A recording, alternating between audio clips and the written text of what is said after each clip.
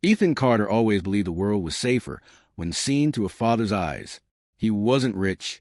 He wasn't powerful. He was simply a man raising an 11-year-old daughter alone. Anna was his sunlight, bright, sweet, curious, the kind of child who found joy in raindrops, who tucked flowers behind her ear and called him daddy instead of dad, like she was still too young to let go of childhood. But 2 weeks ago, the light in her dimmed. Welcome back to my channel, Classic Stories. If you're new here, please don't forget to subscribe, like, and share. Now, let's dive into the story. She came home from school with shoulders tight, eyes distant, eating quietly, sleeping late, waking early, as if something outside kept pulling at her even from her dreams. At first, Ethan thought it was a school argument or maybe nerves about exams. He asked gently, again and again, but she always said the same breath-in answer. "I'm fine, Daddy." Except fine children don't jump at small noises. Fine children don't stare at the door every night before bed. Fine children don't come home walking fast, like something behind them might catch up if they slowed.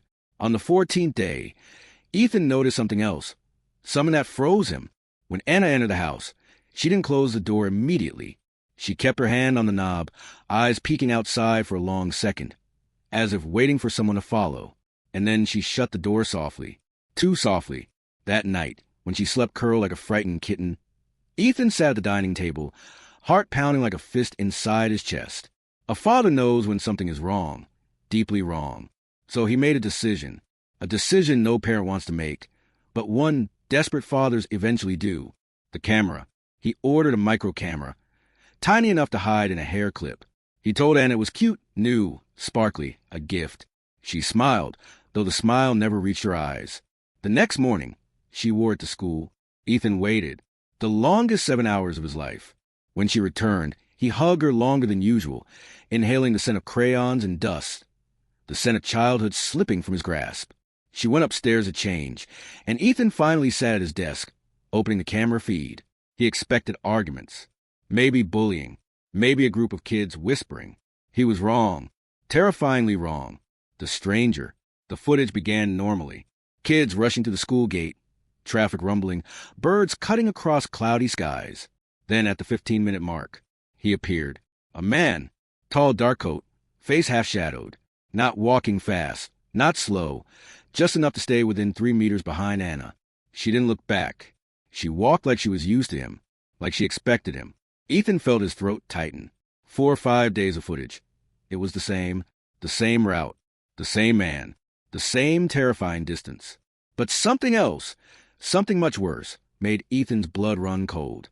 Every time Anna paused to tie her shoes, every time she looked across the street, every time she stopped for even a second, the man stopped too. And once, just once, Anna turned her head slightly, and the man lifted his gaze toward the camera. Directly, precisely, as if he knew. He smiled, not friendly, not human, a slow smile, like a secret whispered under the skin. Ethan's heart hammered against his ribs. He rewound it, watched again, hoping he imagined it, but the smile remained. And then, just before the footage ended, the man spoke, barely audible, almost like a breath through the static. Soon. Day 6, the knock. That night, Ethan barely slept. Every creak in the house sounding like footsteps. He kept checking the locks, the windows, his daughter's door. Morning came pale and quiet. Anna hesitated at the doorway before leaving for school, fingers gripping the strap of her bag. Ethan forced a smile, kissed her forehead, and watched her walk up the street. She kept looking back, not at him, but at something behind her. Someone. That evening, when the sun dipped red behind the rooftops, Anna returned home. But the footage had changed. The man was closer. No more 3 meters. Now 1 meter. His shadow almost touched hers. She walked faster. He matched. She slowed. He slowed. Then, in the last minute of the recording, Anna turned into their street. The man did not follow this time. He crossed the road, walked ahead, and stood near their house, waiting, watching. As Anna walked inside, the man looked straight into the camera again and mouthed a clear sentence. Tomorrow. Ethan felt the floor vanish beneath him. Tomorrow arrives. The next day, Ethan did not go to work. He sat by the window, phone ready in one hand, anger burning with fear. The school bell time came. 3 p.m., 3:10, 3:20. His heart crawled into his throat. Finally, footsteps. Anna's light shoes on concrete, and heavier ones behind them. Ethan burst out of the door, adrenaline roaring through him. Anna stood a few meters away, frozen, pale. The man was beside her, not behind her. Beside, walking with her like he belonged there. Ethan shouted, voice shattering through the street. But the man didn't stop. He rested his hand on Anna's shoulder, gentle yet claiming. Anna's lips trembled. "Daddy, he says he's my—" The man cut her off, smiling towards Ethan. A warm, polite, horrifying smile. "We finally meet." The truth no one expected. Ethan grabbed Anna's arm, pulling her behind him. "Who are you?" he snarled. The man sighed, tilted his head like someone annoyed by wasted time. "You really don't remember, do you?" Ethan blinked. "Remember?" The man reached into his coat. Ethan's muscles tensed. But instead of a weapon, he pulled out a folded black and white photograph. He handed it to Anna. She looked at it. Her eyes widened, not with fear this time, but recognition.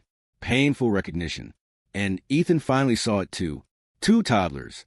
Anna, younger, smiling. And next to her, a boy. The same man's eyes. Same smile. A childhood friend? The man whispered, "You promised you'd never forget me." Ethan stumbled back, confused, heart racing for answers that wouldn't come. Anna's voice was barely a breath. "His name is Caleb. Daddy, I used to dream about him. I thought he was imaginary." Caleb took a slow step closer. "I've waited 11 years. You moved away, but I never lost her.